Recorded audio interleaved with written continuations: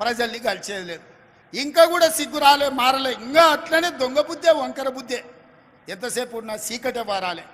అందుకే అక్కలారా, ఇవాళ 1,00,000 మందిని చూసిన నాకు నమ్మకం వచ్చింది.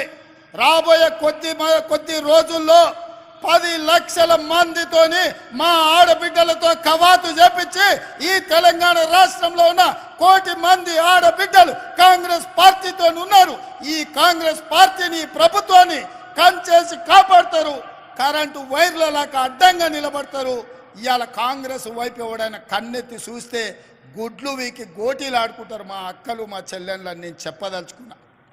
రాబోయే రోజుల్లో ఇవాళ 1,00,000 మంది పరేడ్ గ్రౌండ్లో కవాతు తొక్కిండ్రు. రాబోయే రోజుల్లో 10 లక్షల ఆడబిడ్డలతోని మా సైన్యం మీరే, మా బలగం మీరే, మా బంధువులు మీరే. రేపు ఏ కష్టం వచ్చినా మాకు అండగా నిలబడేది మీరే. మిమ్మల్ని కోటీశ్వరులను చేసే బాధ్యత మాది, నాది. మా భట్ అన్నది, మా ఉత్తమ్ అన్నది, మా సురేఖక్కది, మా సీతక్కది. వేదిక మీద ఉన్న గడ్డం ప్రసాద్ గారు స్పీకర్ గారిది. ఎందుకంటే ఆయన్నే అనుమతి ఇవ్వాలి ఎవరికి ఏది ఇచ్చినా.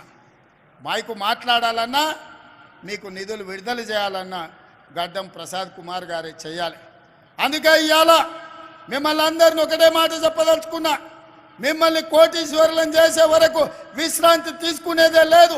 రాబోయే పార్లమెంట్ ఎన్నికల్లో 17లో 14 సీట్లు గెలిపించండి. 1 కోటి మందిని కోటీశ్వరులను చేసే బాధ్యత కాంగ్రెస్ పార్టీ తీసుకుంటుందని తెలియజేస్తూ మీ అందరి దగ్గర సెలవు తీసుకుంటున్నా. మీరందరు సిద్ధమేనా? సిద్ధమేనా? మా అక్కలందరూ చేయి పైకెత్తి చెప్పాలి. సిద్ధమేనా?